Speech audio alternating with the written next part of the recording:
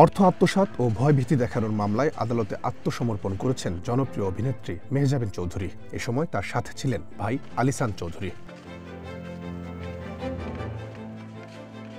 পারিবারিক ব্যবসার পার্টনার হিসেবে রাখার বিনিময়ে ২৭ লাখ টাকা আত্মসাতের অভিযোগে মেহজাবিন ও তার ভাইয়ের বিরুদ্ধে মামলা করেন আমিরুল ইসলাম নামের এক ব্যক্তি।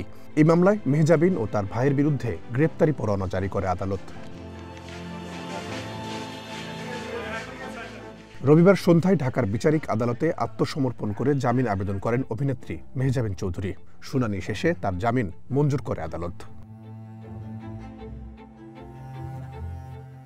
পরে মেহজাবিনের আইনজীবী জানান, বাদীর সাথে দুই ভাই বোনের কোনো পরিচয় নেই, কেবল হয়রানির উদ্দেশ্যেই এই মামলা। আপনার জন্য অবকাশ যাপনের আর বিনিয়োগের সেরা পছন্দ হতে পারে সল্ট বে, যেখানে বিলাস আর প্রশান্তি মিলেমিশে একাকার।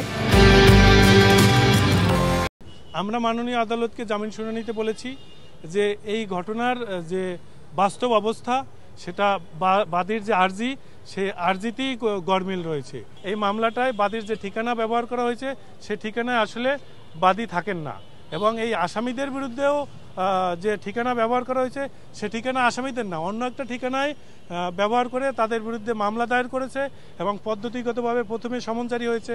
সমন জারির পরে সে গ্রেপ্তারি পরোয়ানা জারির আবেদন করেছে। যেহেতু আসামিরা মামলার খবর জানে না, মাননীয় আদালত নিয়ম অনুযায়ী গ্রেপ্তারি পরোয়ানা জারি করেছেন। মাননীয় আদালতকে বলেছি যে মামলার ঘটনা সম্পূর্ণ ভিত্তিহীন। আমরা যে কোনো শর্তে জামিন চাচ্ছি, আমাদের স্বেচ্ছা আসছি, আমাদের জামিন দেন। মাননীয় আদালত আমাদের বক্তব্য শুনেছেন এবং মেহজাবিন এবং তার ভাইকে জামিন দিয়েছেন। অর্থ আত্মসাতের ওই মামলায় আমিরুল অভিযোগ করেন, দীর্ঘদিন পরিচয়ের সুবাদে প্রলোভন দেখিয়ে তার কাছ থেকে ২৭ লাখ টাকা হাতিয়ে নেন মেহজাবিন ও তার ভাই। রহিম রুমন, ওয়ান নিউজ, ঢাকা।